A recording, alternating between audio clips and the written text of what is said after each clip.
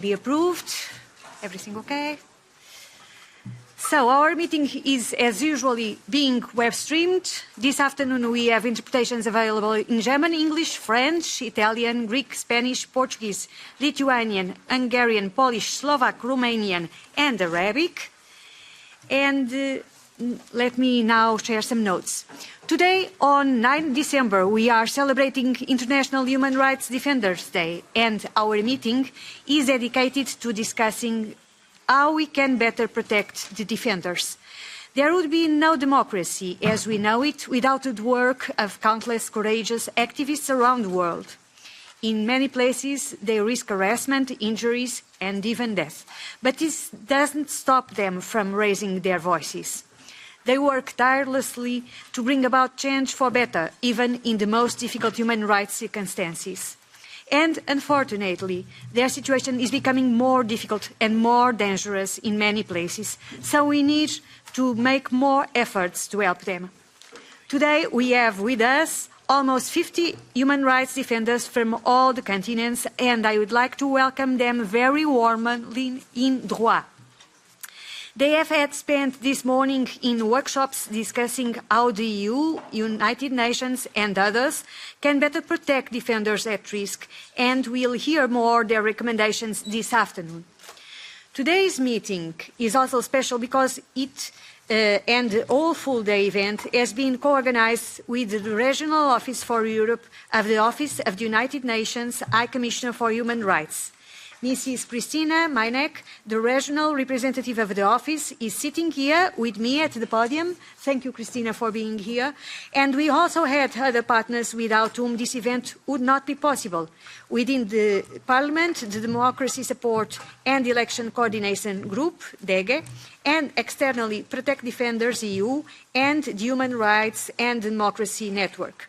Finally, we had a close cooperation with the European Commission and the EEAS. So thank you all for your cooperation.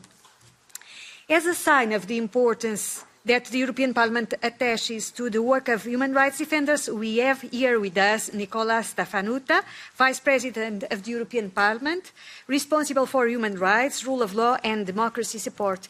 I will now give him the floor for his opening remarks. Mr. Vice President, warm welcome, and the floor is yours. Thank you so much. Muito obrigado. It is really, really impressive to have so many human rights defenders here in the House of Democracy in Brussels. Actually, I feel like you should all come sit right in front because you are the stars, you are the people who do the everyday work, and I would like to say a big, big thank you for doing that work. I would like to also extend the thanks of President Roberta Metsola, who delegated to me and to another one of my colleagues the responsibility for human rights. It is a responsibility that I take very, very, very seriously. I would like also to thank Chairman Saturi, but also Vice Chair Temido for organizing this very important event. Thank the United Nations. Thank the NGOs that have made this possible, and also the DEG. DEG is a body of the European Parliament that is very, very active on this. Without them, we would be not in a weaker position than we are. The very volatile situation in the world is marked by a questioning of numerous principles and instruments of international law, including the institutions responsible for defending human rights. I haven't been in this job for a long time, but already at the international level, at the level of the Inter-Parliamentary Union, at the level of intergovernmental conferences, at the level of the UN and other bodies that I've so far attended in my capacity, I've already asked myself, do we still have a Geneva Convention? Do we still have international rules? Do we still have rules protecting human rights defenders? How about journalists? How about other activists? Because everything seems to be out of the window in a way, and the world is in great, great turmoil. The application of decisions taken by the ICC is being called into questions by several states, and several member permanent members of the UN Security Councils have broken the law or are accused of war crimes and crimes against humanity. They are leading the very foundation of the UN and UN Security Council, the guarantor of international stability, into a dead end. It is no coincidence that last year 59 armed conflicts were recorded, the highest number since 1946. Among these, war crimes were documented in Ukraine, Israel, Palestine, the Democratic Republic of Congo, or the Tigray region in Ethiopia, and many, many other areas. At the same time, human rights are increasingly violated by authoritarian regimes, while anti-human rights political groups are gaining invisibility. War is back, hatred is back, seclusion is back. In an attempt by certain regimes to reshape the international order, human rights defenders, whether journalists, activists, bloggers, NGOs or academics, are the first targets of attacks aimed at undermining democratic principles. We have seen this happening in Hong Kong, Russia and Iran, where human rights defenders are harassed, threatened, criminalized, arrested, tortured and even killed. In 2023, 300 human rights defenders were killed worldwide. Whatever the rights they are defending, LGBT rights, women's rights, freedom of expression, rule of law, the climate crisis, authoritarian regimes and dictators do not hesitate to use violence. Europe is not immune from this phenomenon. The situation in Hungary is still worrying, and that in Poland should continue to be monitored. But may I add that the number of countries that are affected by attacks on human rights defenders, on journalists, on activists is increasing. My very own country, in the context of elections, has seen threats against journalists, compromise about their personal lives. I think even one journalist in that situation might be today in the room. I've met him earlier in the hallway. So I want to really underline that message, that Europe is seen by a lot of people worldwide as a beacon of democracy, of human rights. It should never, never allow that to be undermined. Not in Europe. Not in Europe. And I think the rest of the world should follow suit, but in any case, Europe should lead by example. The defense of human rights is a cornerstone of the EU and must continue to mobilize the mechanisms of human rights institutions. Not only should the Commission and the External Action Service work more closely together, but human rights should be more closely included in parliamentary work. A number of initiatives already exist to protect human rights defenders, whether from international institutions or civil society. These initiatives coming from international institutions. One example is the publication of good practices by the Human Rights and Democracy Network. However, I believe it is important to raise awareness among members of the European Parliament in order to improve the way human rights are taken into account on a daily basis. I think the network has also published a series of recommendations aimed at strengthening cooperation between the different groups in the European Parliament. And because human rights concern us all, the next 7-year budget, it's called the MFF, the Multi-Annual Financial Framework, will have to be looked at to ensure that the funds earmarked for strengthening the work of human rights defenders are not reduced but increased, and to allow to make tangible the conditions for living in a stable and peaceful world. Just let me conclude by saying that we take this situation around the world very, very seriously. It's not just something that is meant to sound good. It's something that we really put into our budget, put into our every legislative piece, and we as Europe have our own moment of self-reflection. So we don't just look at the world and point fingers, but we look at ourselves too, because the power of example is more important than anything else. Once again, thank you for making the trip and coming today here. This Parliament is an ally, is somebody that trusts and fights for your rights. Thank you.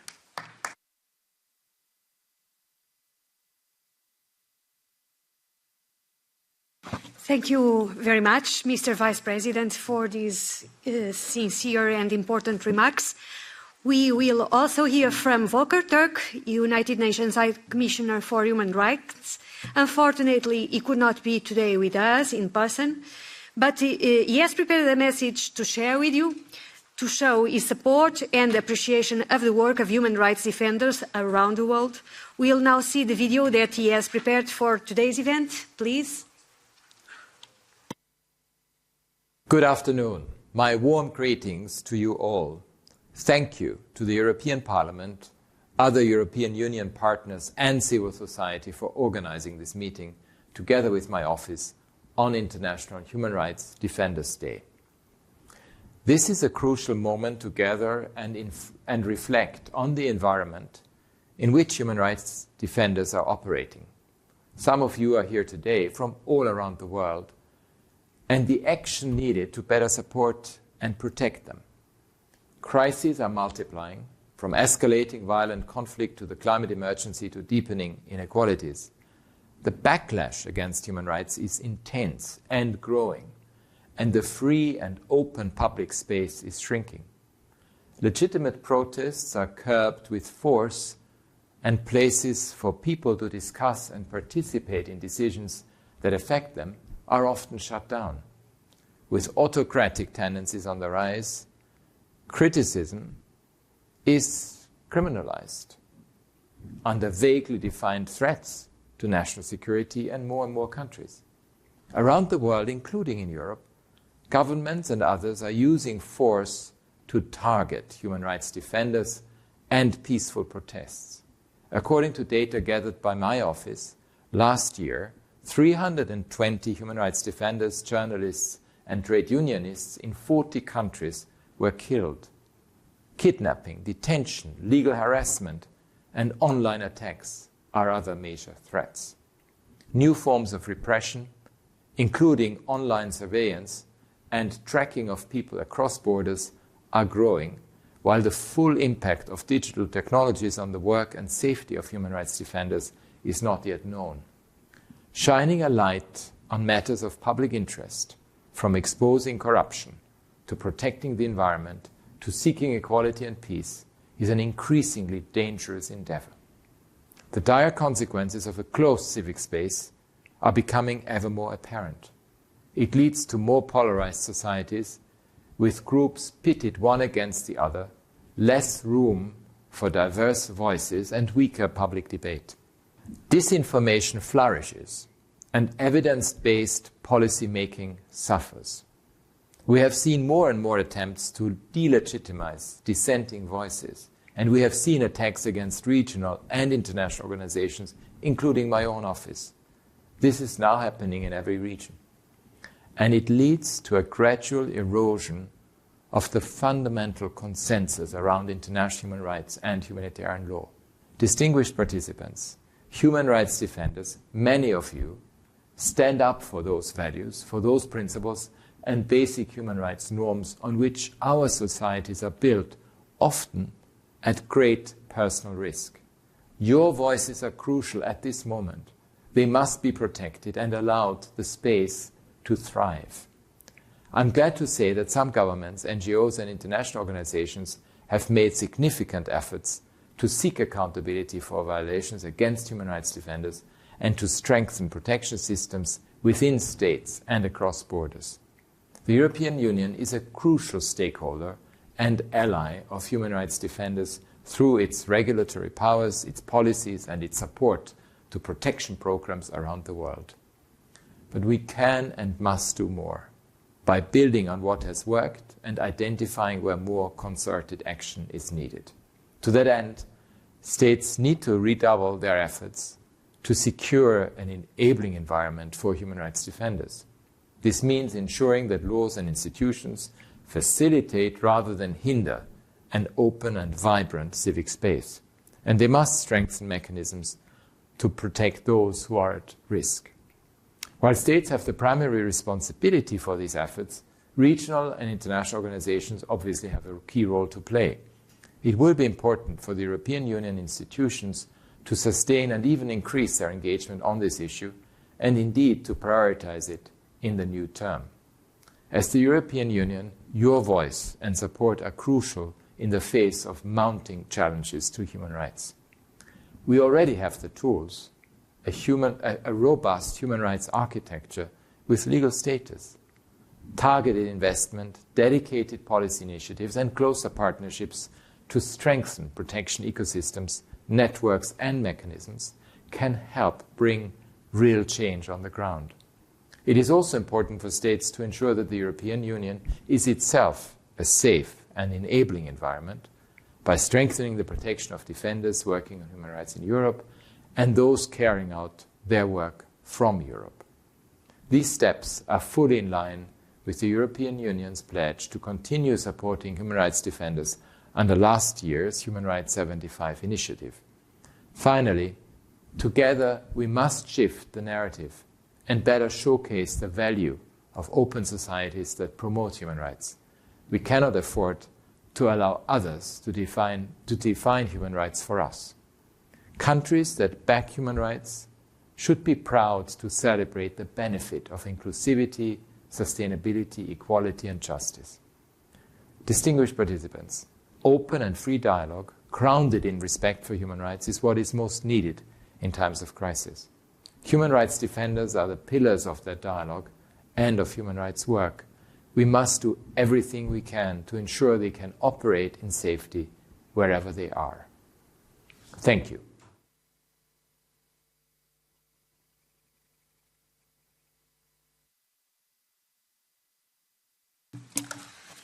And now we will have the opportunity to have two discussion panels. The first one focusing more on the policy supporting human rights defenders, and the second one on the mechanism of this support. For each panel, we'll have a moderator. We will guide the panel discussions, and then we'll have time for questions. To highlight the extraordinary character of this meeting, we will slightly change our normal procedures, and we also extend the possibility to ask the questions to the invited human rights defenders. The first panel focuses on enhancing political engagement and commitment to human rights defenders' protection.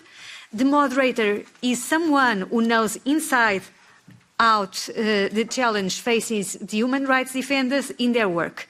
Mary Lawler, United Nations Special Rapporteur on Human Rights Defenders.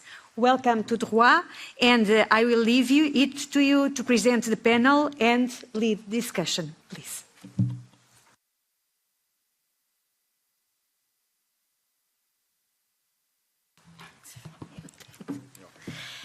Hello, everybody, and first of all, may I thank the double Vice-President Act that we have here today. Plus, hello to all the MEPs. I'm sorry there aren't more of you here to show your support and commitment to human rights defenders, and of course to all the panelists who are here today, the Office of the High Commissioner for Human Rights, and indeed, last but not least, our dear human rights defenders. Congratulations on this day, your day. And I hope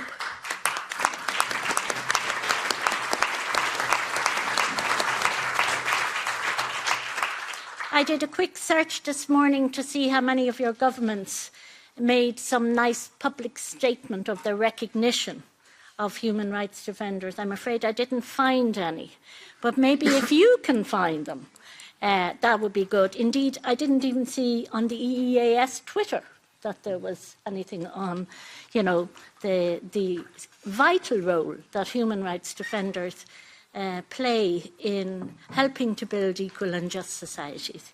So, very quickly, I'm not going to go into the background. You've all been here this morning. You all know about the killings. We've heard how over 300 human rights defenders are killed every year. We've heard about the criminalisation of human rights defenders, some of them for over 10 years, up to life imprisonment. It's such a cruelty. The torture that they suffer, the enforced disappearance they suffer, the attacks that they suffer in the context of business and human rights, and indeed just generally the digital surveillance and attacks online, the slaps that companies bring against them, all of that is part of the background to the challenges and threats that human rights defenders face. And there is no accountability for perpetrators. And there is, in my view, very little political will. I find that wherever I go over the last decades, that governments go easy on their friends and they dump on their enemies. They do not apply standards consistently. And they do not abide by the standards that they have willingly agreed to. Tomorrow is International Human Rights Day, and all of you defenders, you breathe life into the Universal Declaration of Human Rights, and you breathe life into the SDGs. And it is, the states all say that they want to fulfil the SDGs. They're 17% behind, and yet we know that human rights defenders work across all of the SDGs. So we're here just to look at have a discussion about the EU's commitment to human rights defenders through their public and private diplomacy, and trying to ensure coherence. I might have a few things to say about that later. Also, how we mainstream protection policies, and one thing that comes to mind straight away for me is the abysmal access to visas in the European Union that human rights defenders get, and indeed the criminalisation of defenders who work for the rights of refugees, migrants and asylum seekers. And beneath everything is the terrible scourge of racism. I would like to see an EU directive on visas for human rights defenders brought forward as soon as possible. I know that you commissioned a study, and I really would like if you could follow it up. Funding, we need to talk about funding and the need for flexibility. Visibility and recognition, well, it speaks for itself that nobody bothered today to send a message of support and congratulations to human rights defenders. We need to strengthen the support for dialogue and cooperation. And finally, visibility and accessibility to the EU, because a lot of people find it very difficult. So with that, I'm going to start with the panellists, all who get 5 minutes. And this thing isn't working. How do I get the time thing? I'm not sure.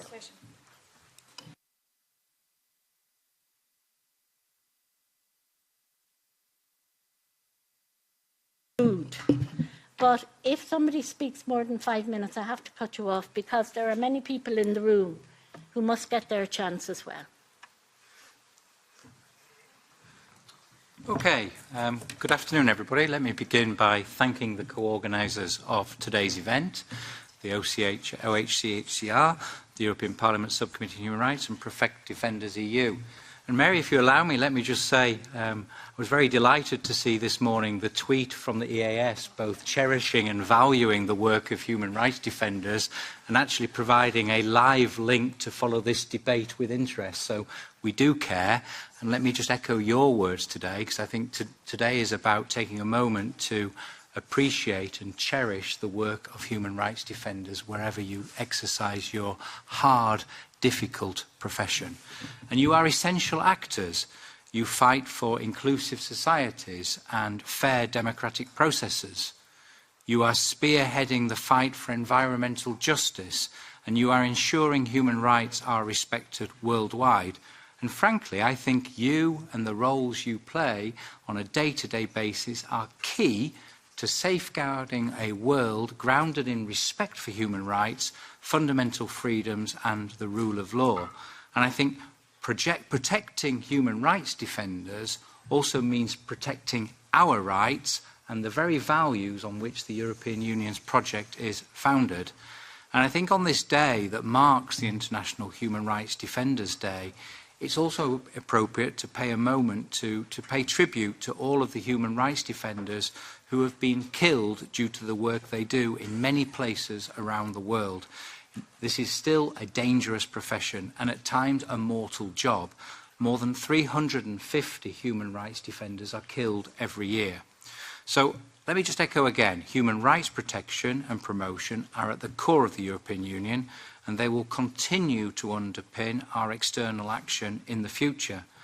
And I think as the last few days have highlighted, the current global context on human rights is challenging, and we've experienced an increase in the backsliding of democracy and civic space, attacks on universality and the indivisibility of human rights, and challenges to multilateralism and the international rule-based order, including international humanitarian law. So again, let me just, by paying tribute, name a few examples, not all, but I think we've seen the important work many of you are doing in monitoring and documenting war crimes and serious human rights violations used in accountability processes. I'm thinking here, for example, of the transitional justice process in Colombia, or the work now to set up the special tribunal for the crime of aggression in Ukraine. I think much of your work contributes also to legislative change, including by advocating for the adoption of legislation that protects women's rights and LGBTI rights. I'm thinking, for example, of the sexual violence bill adopted in Indonesia in 2022, or the lift on the ban on women's driving in Saudi Arabia. I think there is also a key role you play in holding the private sector accountable that's often forgotten. You've often been at the forefront of documenting human rights violations committed by extractive companies. So let me just underline again this strong commitment also of the High Representative Vice President to Human Rights and her intention to pay special attention to human rights defenders. But it's not only about commitment. I do think we've got a fairly robust toolbox at the EU level to do so. Since the adoption of the Human Rights Defenders Guidelines 20 years ago, we now have tools to enhance the protection of HRDs. We use public statements, démarches, trial monitoring, visits to human rights defenders in detention. We raise individual cases in our almost 60 recurrent human rights dialogues around the world. We've even funded public campaigns, and we also provide awards and emergency support. One example of that is the European Endowment for Democracy. I sit on the board of the European Endowment for Democracy, and their work should also not be forgotten or underestimated. Let me also say a particular word of thanks to the work done by Protect Defenders EU. Since, I think, 2015, nearly 82,000 human rights defenders and their families have been supported, often through life-saving actions. As we move forward, we will see new EU legislation and policies such as the EU Corporate Due Diligence Directive, which will oblige EU companies to increase their human rights impact assessments and engage more actively with HRDs. We've also got the Digital Services Act that aims to enhance content moderation on social platforms, promoting as well the removal of hate speech, which is often used to target HRDs.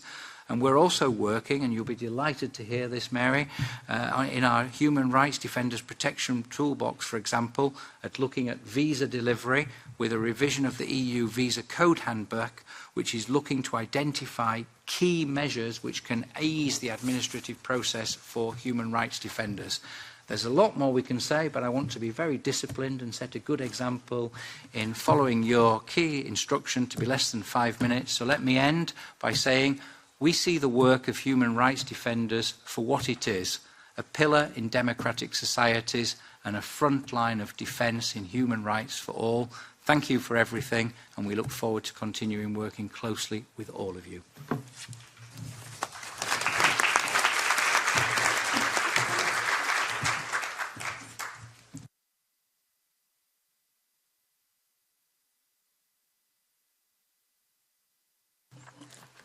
Sorry, I'm really sorry.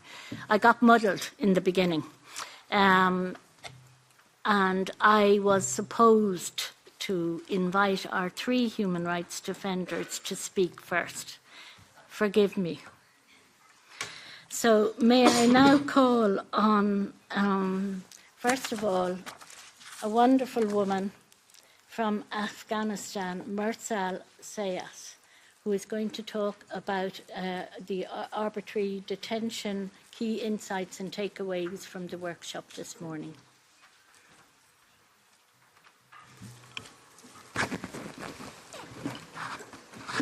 Good afternoon, everyone. Thanks to the organizer for paying attention to this important issue and providing this platform, which, as human rights defender, we can share our struggles, resilience, and also recommendations. I'm Mursal Sayas. I'm from Afghanistan. We are the HRDs, or detained, tortured, forced disappearing, and even raped inside the regime's prisons and detention centers, only for being a human rights defender.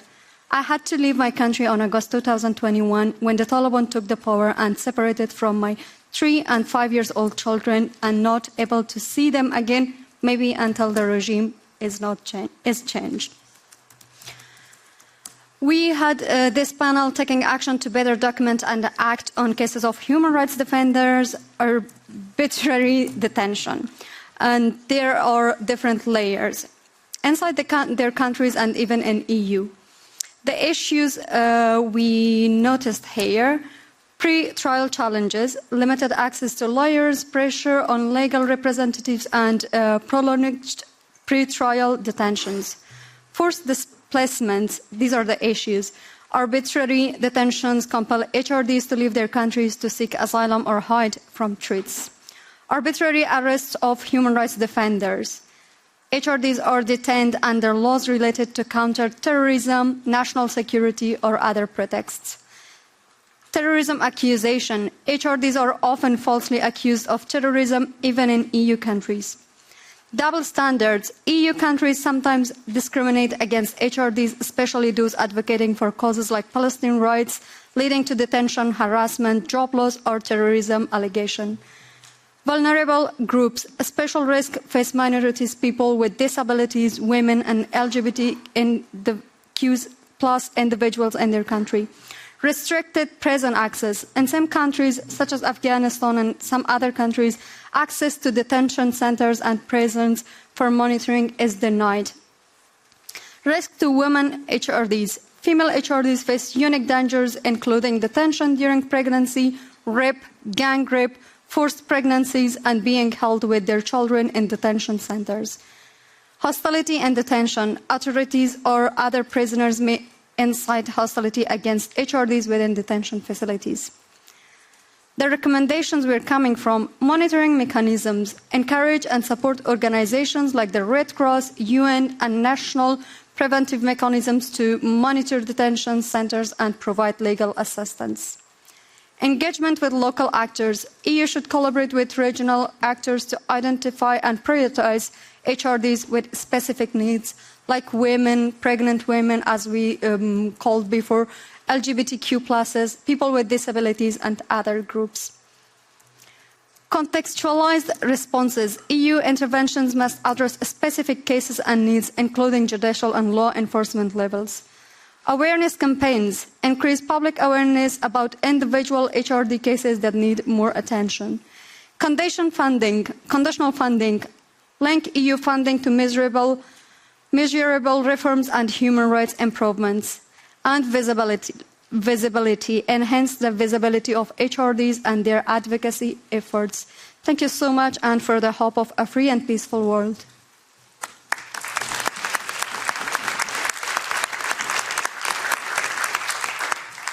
Thank you very much, Mursal, for that very comprehensive insight. And I can't think of anything worse than to be separated from your 2 little children. So you have all our sympathy and solidarity. Thank you.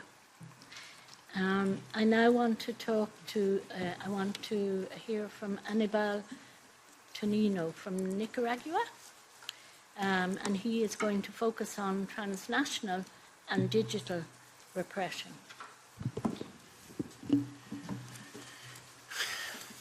Thank you very much. I want to speak on the name of the 1,000 Nicaraguans living in the exile because of the dictatorship de Ortega y Murillo. Nicaragua will once again be a republic. Thanks to distinguished European Parliament and Race and Equality for letting me be here and speak to the audience. My name is Aníbal Toruño. I am Nicaraguense broadcaster denationalized, living on the exile in Costa Rica, director de Darío Medios Internacional. Today we have a working session on transnational repression, and we conclude which is the measurement are the most needed to better protect human rights defenders in the exile for transnational repression. Increase mapping of transnational repression, awareness including of host state, reframing transnational as a risk to democracy within European Union, visibility of transnational repression among EU delegations and cooperate more with allies on the ground, create a more human rights defenders European refugee status or dedicated visa, relocation and resettlement scheme for the HRDs, a multifaceted inclusive support to exile HRDs and their family back home, increased protection, inter-EU member state coordination of victim protection on extradition prevention and U.S. Special Representative as a transnational repression, reinforce EU diplomatic intervention, trials observation, support families, support effort to raise awareness of host states about transnational repression.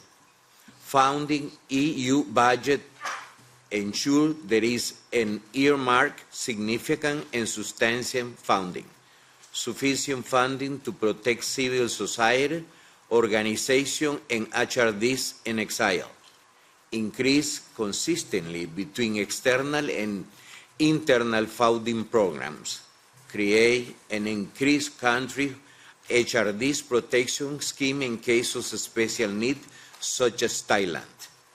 On the role of platform and private companies, bigger oversight spyware export company, transparency, due diligence, accountability. Reinforce internal cyber and document protection awareness. Resources among EU staff and civil society organizations. Call on platform to stop collaborating with answering to repressive state. Preserve encryption, notwithstanding going after criminal practices on platform. Highlight practical concrete consequence of trolling and harassment platform. The strong enforcement of the DSA, open and conclude investigation on platform contribution to the transnational repression. Thank you very much on the name of thousands of people around the world suffering of transnational repression, especially to my brother and sister living in such a condition. Thank you very much.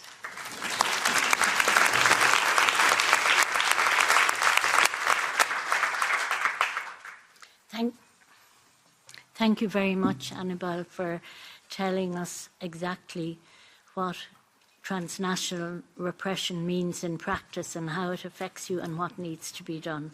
So I now turn to Lukas Diko from Slovakia, and I understand you're going to focus on narratives. Thank you very much. It's an honor to speak at this platform. And my name is Lukas Diko, and I'm investigative journalist and representing Investigative Center of Jan Kuciak, our murdered colleague who was murdered alongside his fiancée Martina Kushnirova in 2018. Our center is trying to preserve the legacy by uncovering corruption, but also by helping to protect journalists under threat and helping to protect freedom of the press. I report on the narratives, but we haven't found any magical positive narrative to counter all the hate and smearing campaigns that has been spread all around the world. But in the workshop, we had a really long and comprehensive discussion, and we agreed on the fact that the situation of the human rights defenders is worsening also in so-called democratic countries, or in democratic countries, which is really very concerning. And we identified key challenges that we want to address. So the first challenge that we have identified is how to make human rights personal to every individual, because we think that we need to go to the basics and to explain what human rights are and how it influences everyday life. But we need to use modern communication methods. As one of the participants in the workshop has said, since 2015, we have done all this work on strategic communication of human rights, and the situation is worse. Another challenge we identified is how to counter the negative narratives and present human rights and human rights defenders and their personal stories and amplify them, because they are often downplayed if compared to negative narratives. Also, we see as a challenge consistency of the human rights promotion from the EU and its actions within the EU and also outside the EU. We also address flexibility and localization of the funding provided with special concentration on microgrants, and also a lot of participants also were talking about the need of localized and country or topic-specific approach when supporting human rights defenders by public statements from officials and representatives of EU or international community. Our recommendations, in brief, we recommend to have more effective, specific, flexible and localized funding for human rights defenders, new institutional promotion of human rights defenders such as Sakharov Prize to be introduced that will help human rights defenders to be put in the spotlight and so making them safer at home. We also, and it was already mentioned, think that there should be activated human rights conditionality of EU agreements, and also we think that there should be national human rights institutions should be empowered from EU level. We also think that it's important to promote and amplify HRD's work in a public good and highlight their role for the society, supporting HRDs when are under attack or targeted by smearing campaigns, or when targeted by legal narratives normalizing harassment, such as foreign agent laws, as we can see all around the world, including my country. We also think that there is a need of assessment of unintended consequences of certain EU regulations, such as GDPR or Digital Service Act, in coming years to learn the lessons. And I will conclude by, again, the quote of one of the participants: there is a major role that EU should play, and there is still a long way to go. Thank you very much.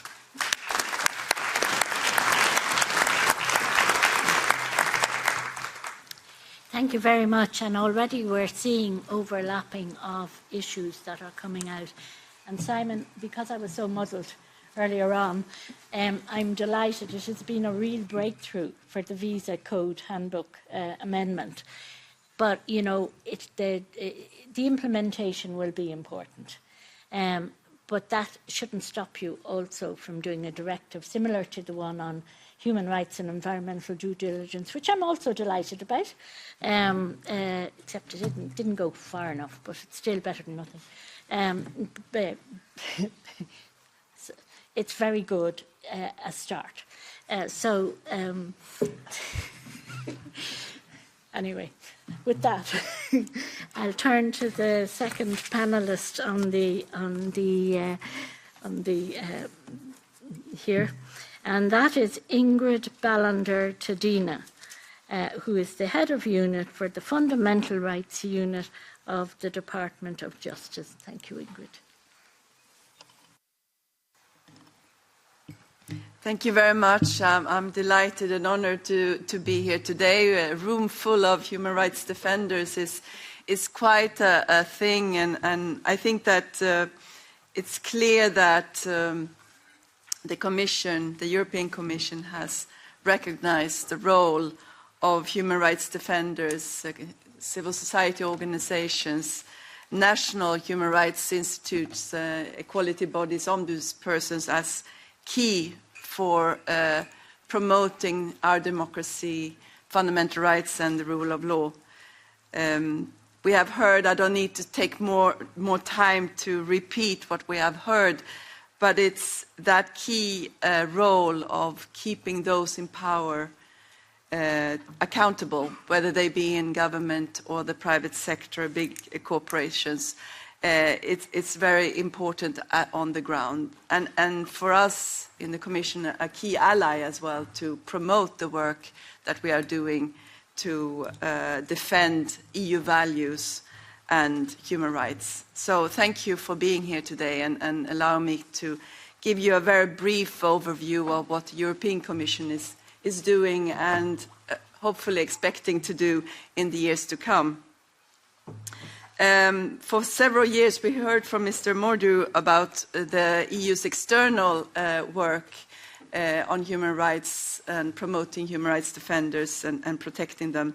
But within the EU we also have quite a significant policy development in the last few years.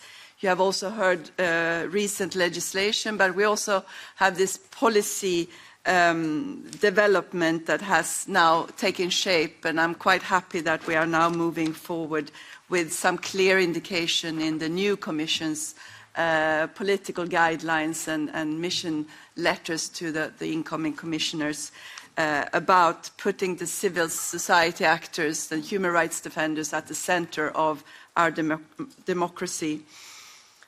I would like to mention that 2 years ago we issued a report on the Charter of Fundamental Rights dedicated to a thriving civic space, because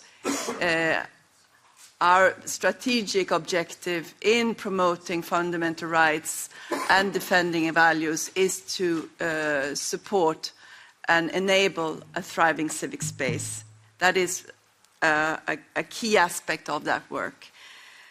We looked at the situation for human rights defenders and civil society organizations and reported on that in 2022. December 2022. We looked at gaps, we looked at challenges, and to follow up on this report, we had a one-year dialogue with stakeholders to really find out where are the gaps, what can we do about that. We talked to stakeholders and actors that are in the know. We identified a few key issues that we would like to look at moving forward. One of the recommendations that we were told is to provide clear guidance on what an enabling environment really means. What does it mean? How can we support actors to really enable them to do their work? We need monitoring tools. We need to monitor the civic space at the EU level and also in the member states of the EU. We need to involve the Fundamental Rights Agency, the Human Rights Institutes, the equality bodies and the ombudspersons who are the human rights defenders and know what the real issues are, and the civil society organizations across the board. We should set up an early warning system and an emergency response mechanism in case of threats and attacks against human rights defenders and CSOs. We need to support them. We need to support them when they face threats, be it digital or physical threats or legal threats. And we need to find ways to mitigate those threats and attacks when they happen. And all of this also is about funding. We have set aside quite important funds at the EU level to build capacity, enhance resilience and protection measures for the work to be done. Oops, I'm very... And then finally, last year we also issued a recommendation to member states on how they should enable the civic space and protect and promote civil society actors and enhance participation in the civic space. Thank you very much. Thank you very much. It's always great to hear recommendations, but you know, we hear recommendations all the time. The real problem is when it comes to the implementation, because all of us in this room, both the panel and myself and all the defenders, we know what needs to be done. But the problem is in getting it done and who takes responsibility for getting it done. So can I now move to Weronika Frydryszek, who is the representative to the Political and Security Committee and Deputy Head of the Permanent Representation of Poland to the EU. And I did actually try to learn off your name with help beforehand, but sorry. Thank you very much. I am Weronika Frydryszek. Indeed, my name is complicated even for Poles to pronounce, so don't worry. Thank you, first of all, for inviting me to this discussion on a topic that is really important to Poland as a country that has also its totalitarian experience in its recent history and also a tradition of a freedom movement. And also as a country that will start its presidency in EU Council very soon, on the 1st of January next year. And I can also assure you that the topic of human rights defenders will feature high on our agenda because exactly of this sensitivity that we have and the experience that we want to share with others regarding our approach to support to human rights defenders. We will focus especially on human rights defenders in exile. We see that they are in risk of physical, digital and legal threats to themselves and to their families, and without secure legal status and adequate support to also continue their activity in the host countries. So this is why we would like also to stimulate a debate on how governments of EU member states can be more proactive in facilitating the long-term support to improve the situation of HRDs in their countries. This will be also one of the topics that we plan for an informal discussion in Warsaw, taking place during our presidency with representatives of EU member states administration, but also NGOs, HRDs and competent institutions. I think, as I mentioned, we have some own experience that we are happy to share. We have a special visa scheme for HRDs, also when it comes to travel documents, taking up employment, education and social services in Poland, but I'm not going to talk about this in detail. I think I agree that we talk a lot about recommendations, and I think I don't have much to add because I've heard a lot of great recommendations also from the representatives of human rights defenders, and I think I could subscribe to many of them.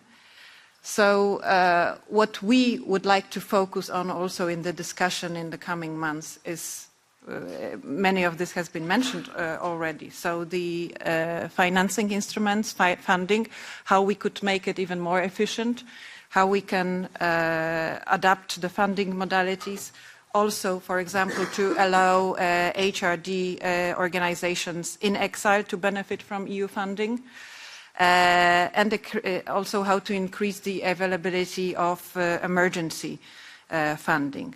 Secondly, visas, existing EU Schengen acquis, how we can make better and more frequent use of the instruments that we have in place.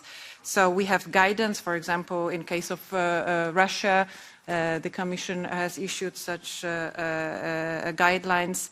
I think there is also need for a broader approach in this regard. Relocation programs. Many member states have them already in place, like Poland.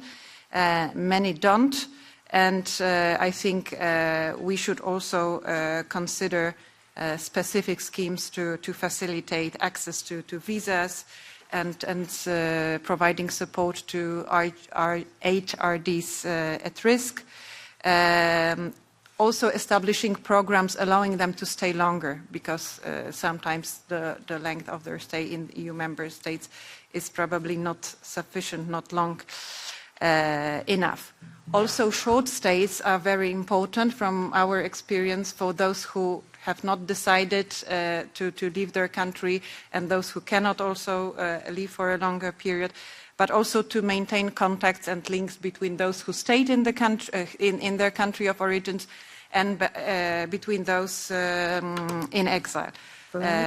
So we need to also provide conditions for them. I will try to finish soon, but I think the issues that have been mentioned, Stratcom, is very important. So being vocal in public communication, but also vis-à-vis partner countries. Making better use of sanctions also, maybe one thing that has not been mentioned. We have a human rights sanctions regime in place. I think this is also an effective tool, also in terms of strategic communication, not only targeting those responsible. And we should also rely on those who have expertise and are involved on the ground. European Endowment for Democracy was mentioned by Simon Mordue, but there are also many other organizations with whom we cooperate. I stop here. I'm also ready to answer questions if there are any. Thank you.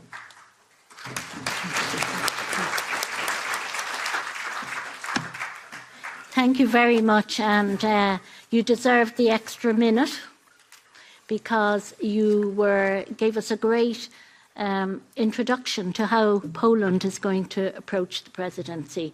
And we look forward to seeing all those things in your programme.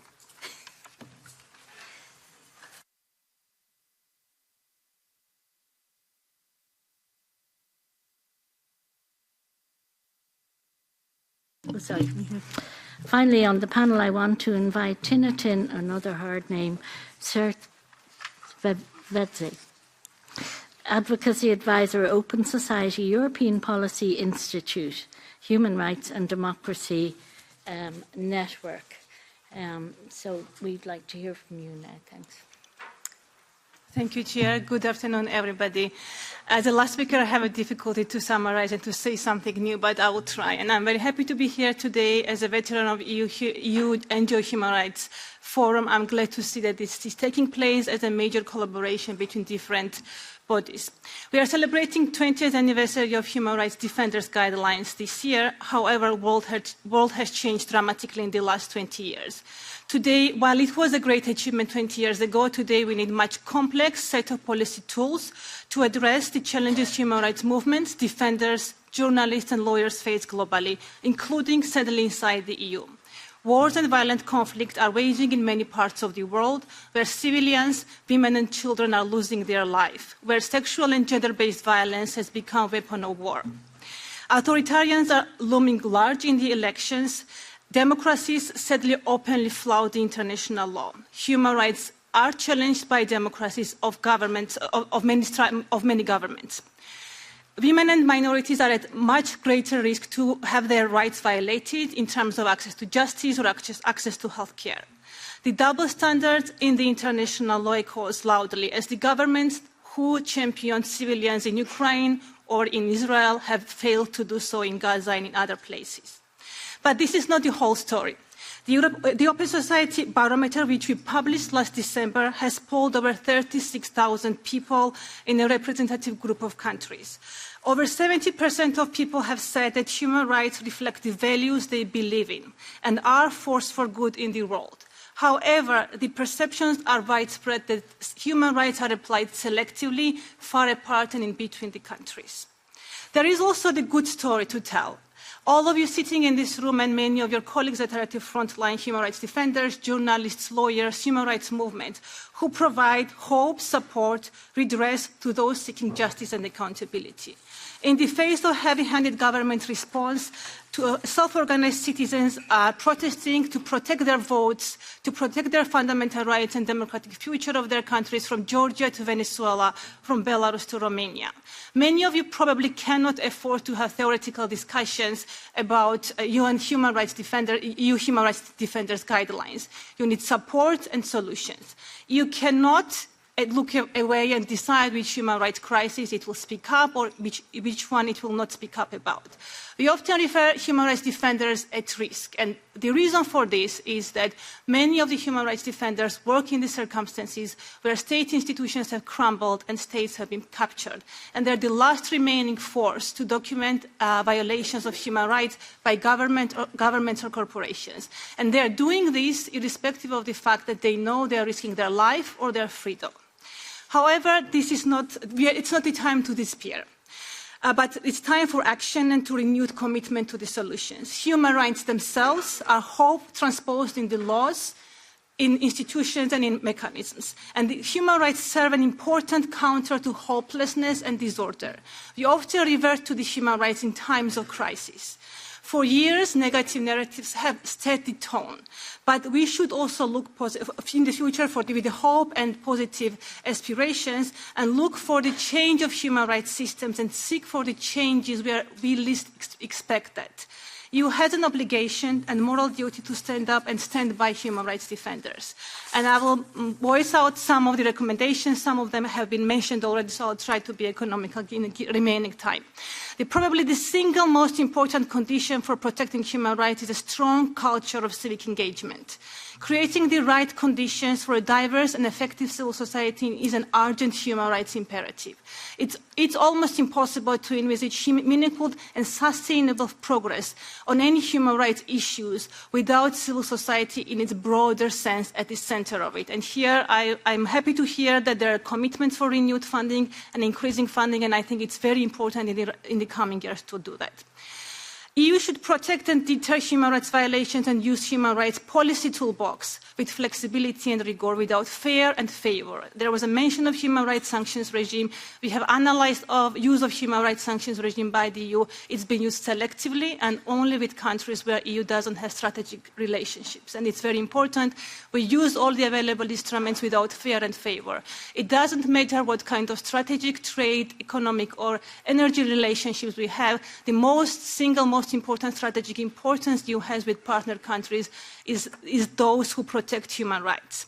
It's also important to have strategy to use in combination of the different instruments, statements, declarations, but also sanctions and trade instruments.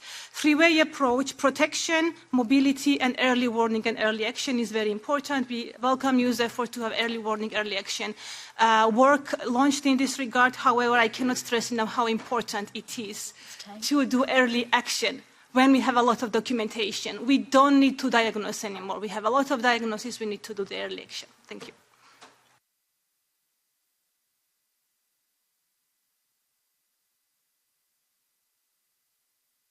Thank you very much. And I have to say, Tinatin, you're so right when you say that, without a strong culture of civic engagement at the heart of a country, it's next to near impossible to try and promote and protect human rights. And for that, we need human rights defenders.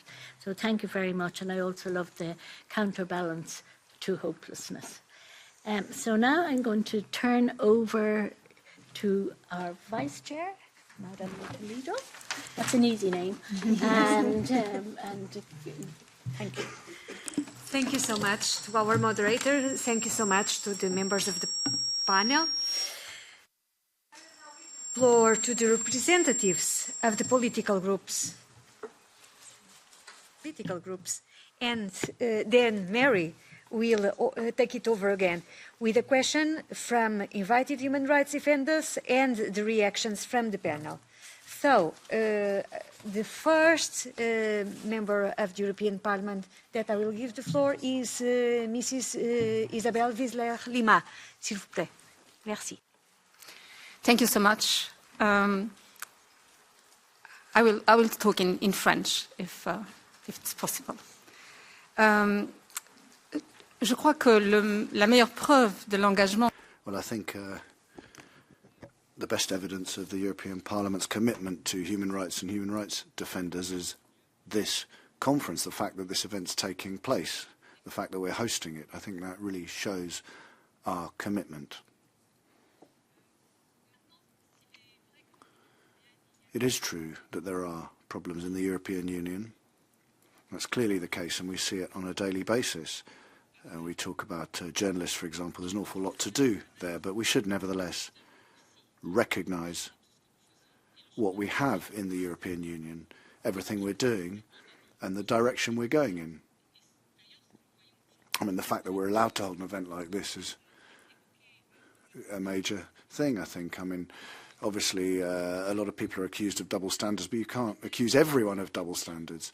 And there are things that you can agree or disagree with, but the fact is that here you can say what you want to say, particularly here in the Parliament. Another thing that I wanted to mention was something that the High Commissioner from the UN, Mr. Volker Türk, said, because he said something that I think is very important, and that's one of the difficulties that we have at the international level. He said, we cannot allow others to define human rights for us. And there, I think, there really is extremely important work that we need to do, because it's the definition of human rights that's currently being undermined and in danger. So we have to be very careful of that. I think that we really need to try and look at modern tools of communication as well and try and regulate what happens on the internet. I think a lot of human rights defenders do have problems there, and within our European Union institutions we are working on that, and we have to continue. I think we have to be braver and go further than we've already done. And if I may, just a question to conclude. We're very concerned by cross-border transnational repression, and I'd like to hear from you what you think we could do about that. And that includes surveillance, harassment, everything that's done at the transnational level and which violates the rights of human rights defender. And then just to conclude, I'd like to really thank all of those who are here and outside the room working every day to defend human rights. Thank you. And now I will give the floor to Marco Tarquinio. Parlerò in italiano. Grazie, Presidente. Thank you very much, Madam Chair. Well, let me begin by thanking all of those who are making their contributions here this evening. I'm a former journalist, and I'm very pleased to see so many journalists here. And I think you're also recalling important people, Jan Kuciak, but not just him, people who really work to defend human rights in Europe and the world. And it's true that it's very difficult to find the right words to describe human rights because we haven't translated the fundamental charters on rights into all languages, first and foremost the 1948 Charter. And that would be a good start. If we could translate those documents into all the languages of the world, that would be a good start. It's something that I've really pushed for many years in vain. And I think that would be a big step forward. But we all know what the fundamental human rights are. What are the fundamental freedoms? I mean, the recommendations, we've heard those many times, and people have been very effective in doing that. And I essentially share all of those. The awareness of the special role of the European Union as well, that's one thing as well. But there is something that I'd like to focus on, which we haven't heard about yet. Perhaps it'll be mentioned later. A great Italian, Giorgio Lapida, who was mayor of Florence, and he worked in favour of human rights. He tried to build bridges while the Cold War was raging. So he was a great man for peace, and he was saying that if states can't make peace and defend men and women, human beings, it's cities that can take that role, because people live next to each other in cities. We have a Europe of member states, regions, communities, cities, and there is a network of cities which helps to defend human rights defenders. It's a kind of civic network. Many have joined, more can join, and this really is a network that we need to leverage value from. It's not because we want to bring human rights defenders to us. We want to ensure that they can do their work in their countries of origin. Thank you. I'll stop there. To Mr. Mathieu Vallet from the Patriots Group, please. The floor is yours. Merci, Madame. 3 semaines. Thank you very much. 3 weeks. It's been 3 weeks that my the French Algerian author Mohamed Salem has been held in Algeria. He's being held by the authorities there, and he's just using his pen as a weapon. So this is a country that has co-signed the human rights charters, and human rights defenders are being repressed. Roman Haris Kamal Daoud, who won the Goncourt Prize, who was banned for the Algerian book salon, and others as well. So I understand that we want to save the entire world, but I think we should begin by supporting our compatriots, particularly my French compatriots. They need to be supported by the European Union. We have radical Islamism in Algeria, and there have been many, many victims, and I think we need to work there. Then a second point, human rights in Syria. The Bashar al-Assad regime has fallen, but as we all know, it's Islamists that have taken power and who are going to replace the Assad regime, which was standing up to the Islamists. We have jihadis taking power, and this should be something that we're concerned about. In my country, there have been many, many attacks, 384 dead over the last years, and so I think we should be concerned that the Assad regime has been replaced by jihadis.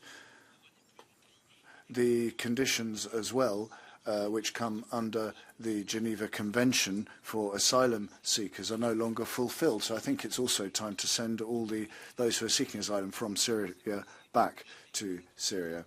I mean, I lived through the 13th of November attacks in Paris. I'm a former policeman. I'm very sensitive to these kinds of issues. Thank you. Et maintenant, je redonne la parole. I will give now the word again to Madame Lolor, s'il vous plaît. Okay, so we're going to open the floor now, and I know that Kamal from Tunisia has an interest in taking the floor. I don't see him. Where are you? There. Oh, no. Right. Okay. Now, let's get a handle on the time. So it's 16:26 now. We have to be finished by 16:40 because it wouldn't be fair to the next panel. And the panelists have to give their last remarks. So we'll have a couple of questions. Be very brief. We don't want a history of the country.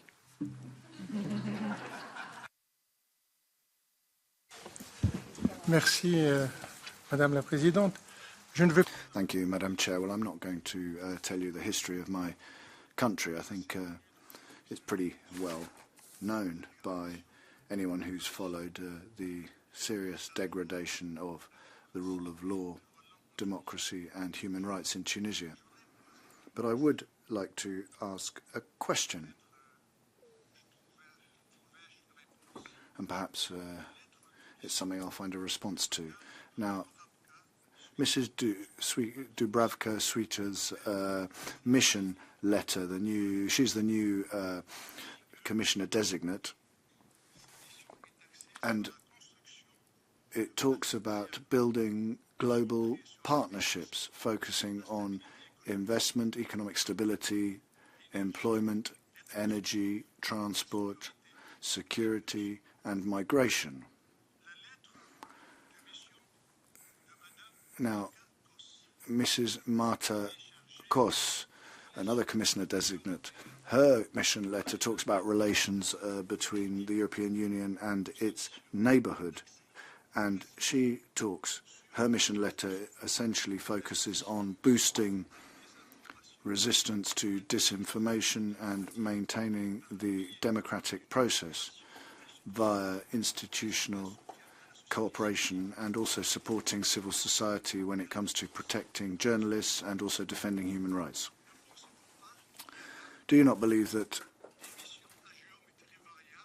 here we're seeing very different missions and tasks in terms of protecting human rights defenders?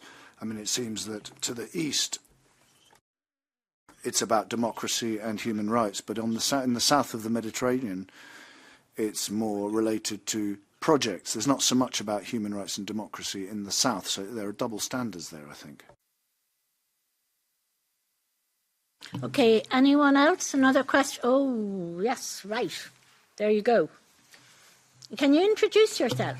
Yes, my name is Julius Tobo. I'm the board chairman of Newcomers with Disability in Sweden, which is a disabled refugee-led organization.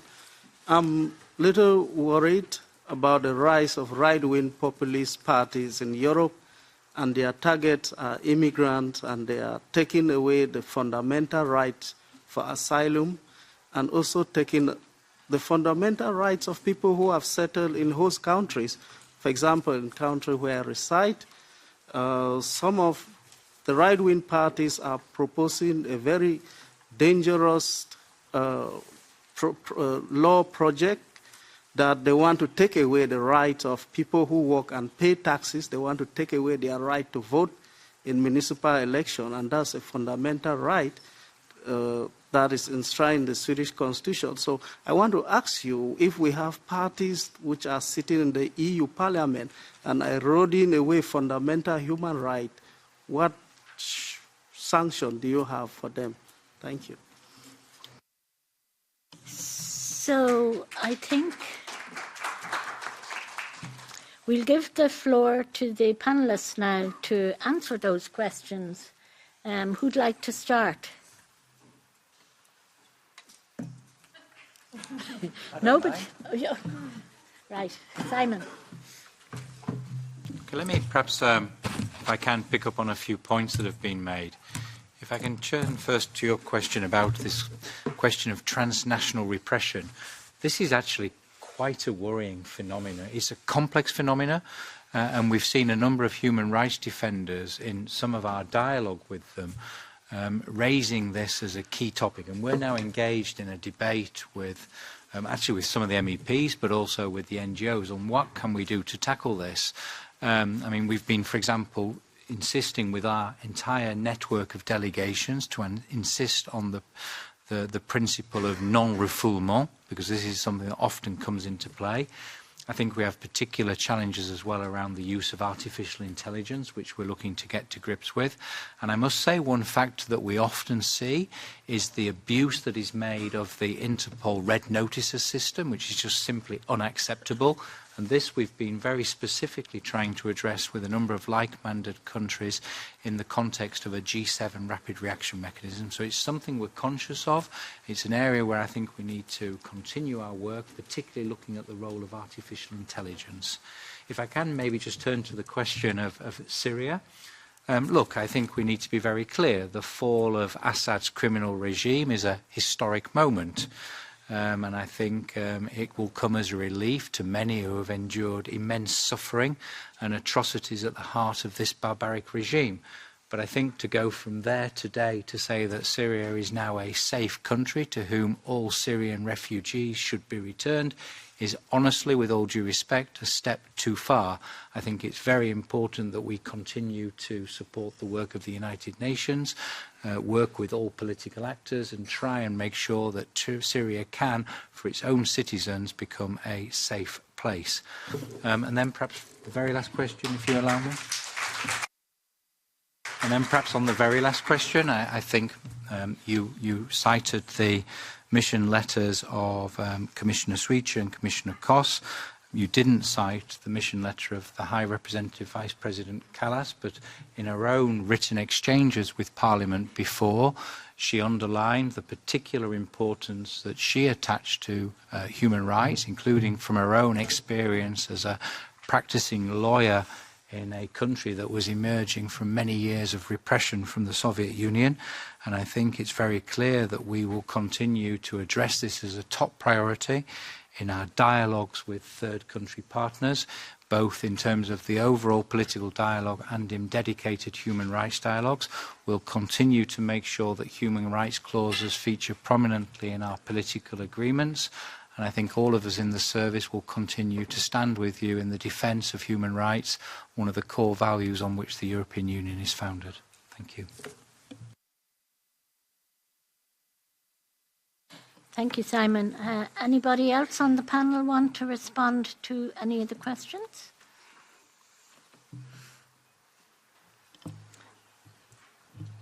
Yes, I would like to comment on Mr. Tarakino's comment on what does human rights really mean.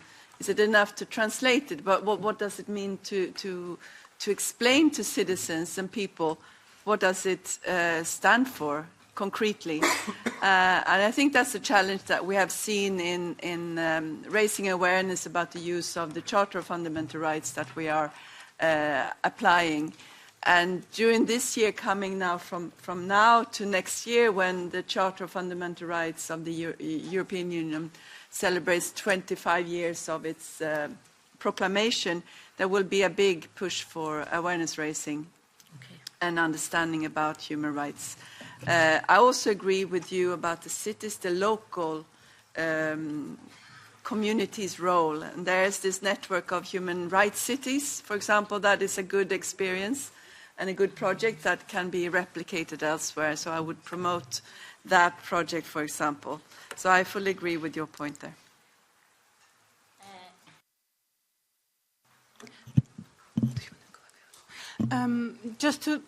I would like to pick up on the transnational repression, and I didn't manage to raise a couple of points due to lack of time.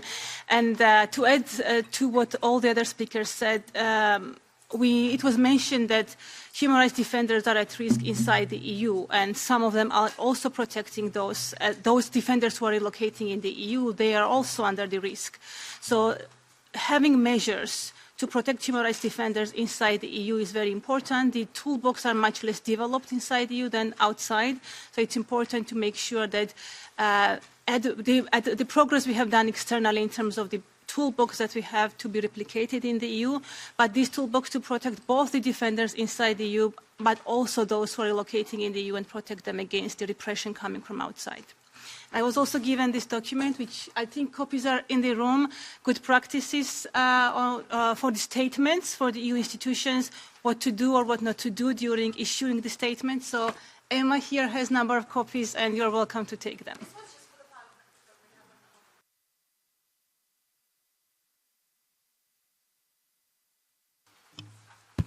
If I may add just a couple of points to what has been mentioned already. So transnational repression, this is indeed something that we experience also as a country hosting human rights defenders.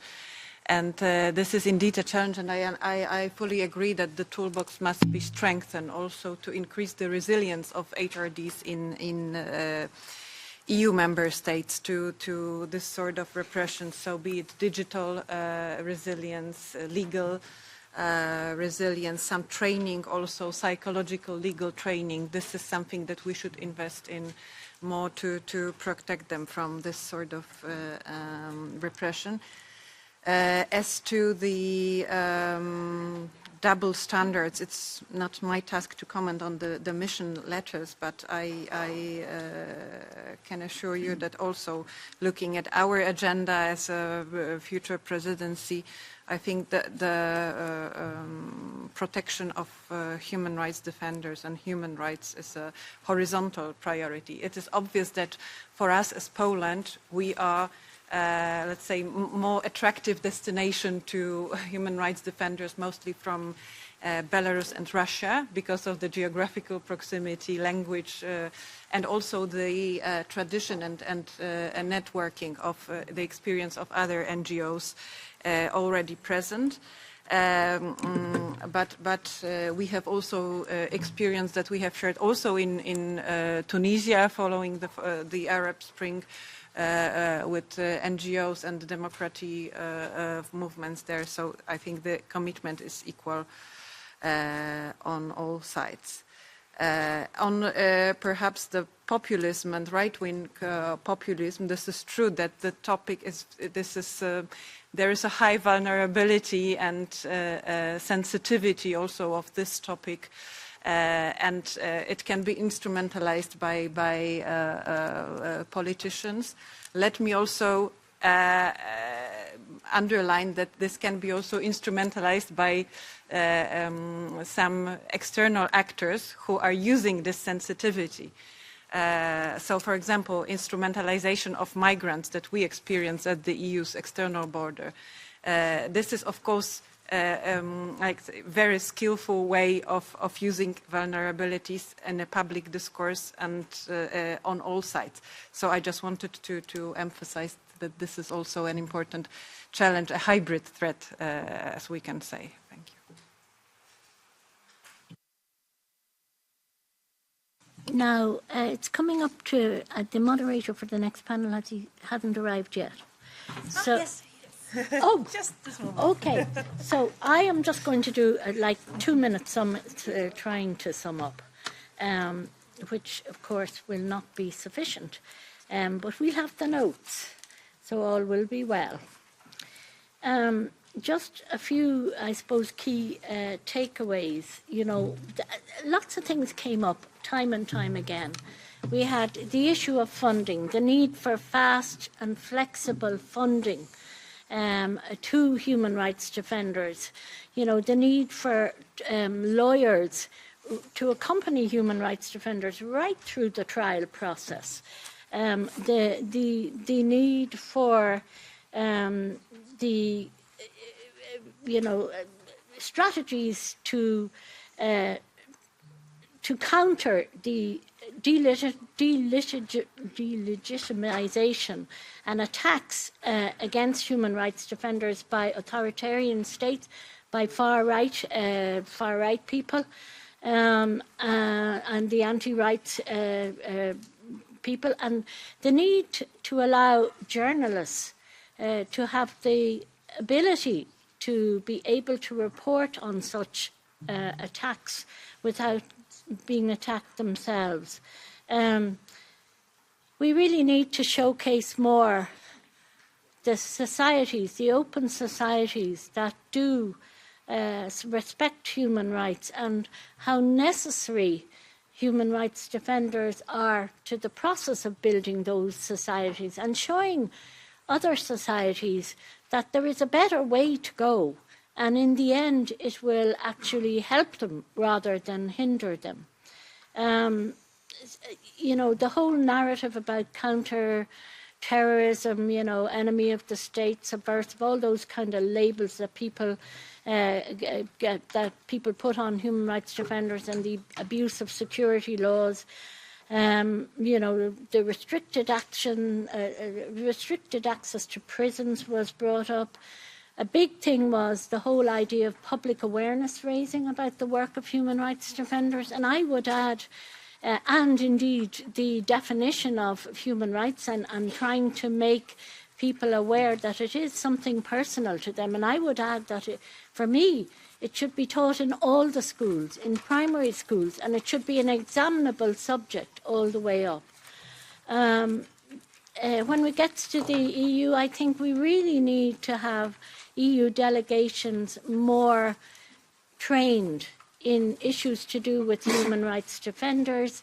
I think there are many good people in the EU delegation, and we all know that it depends on the commitment of individuals as to whether there will be more or less protection of human rights defenders at local level, both of which I've seen. But you know, training is really necessary, and it's necessary both in, you know, who a human rights defender is, the risks that they face, the whole thorny issue of visas, the recognition of the work that they do that makes them human rights defenders, and the need for accountability. And we heard a lot from Poland about what they're going to do, so I'll be looking forward to following that. The sanctions was mentioned, both in a good and a bad way. We need to make sure that they don't hurt the wrong people. But most of all, we cannot let others decide what human rights defenders is. And we all need to work to help promote and protect human rights defenders in whatever way we can. I am reminded of Natalia Moozova before she was murdered, she said, when she was reporting on Grozny, and she said, so each time I go there, people tell me things. They do so in the hope that it will lead to change, to peace. Although I am not responsible for what is going on there, the only thing I can do is to take this to the bitter end so that no one will say that when things became difficult, I ran away. And for those of us who aren't in danger and who are working in institutions like the EU and like the UN, it is a double responsibility for us not to fail at and not to use double standards. Thank you.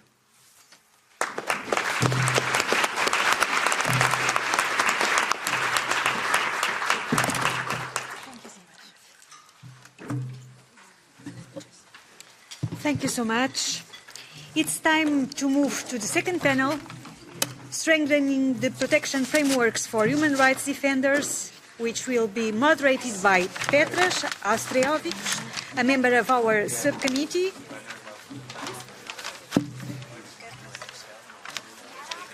Can you show? Well, she should